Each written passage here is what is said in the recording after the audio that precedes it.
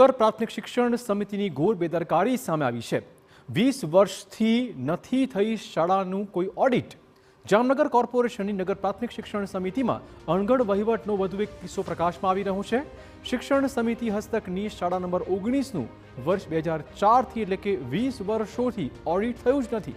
2004માં આ શાળાના શિક્ષક દ્વારા નાણાકીય ઉચાપત કરવામાં આવી હતી, જે મુદ્દે શિક્ષકને સજા પણ કરાઈ હતી, પણ ત્યાર પછી અત્યાર સુધી ઓડિટનું કામ કેમ ન થયું તે સૌથી મોટો સવાલ છે।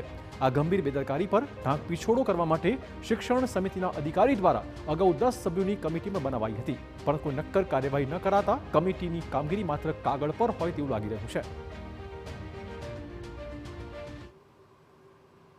સમય વીતતો ગયો પણ જે તે ઓડિટ સમક્ષ રજૂ કરવાના જે રોજમેળ અથવા તો વાઉચર બુક હોય તે રજૂ થઈ શકેલ નથી અને તેના કારણે ઓડિટ આટલા લાંબા સમયથી થઈ શકેલું નથી।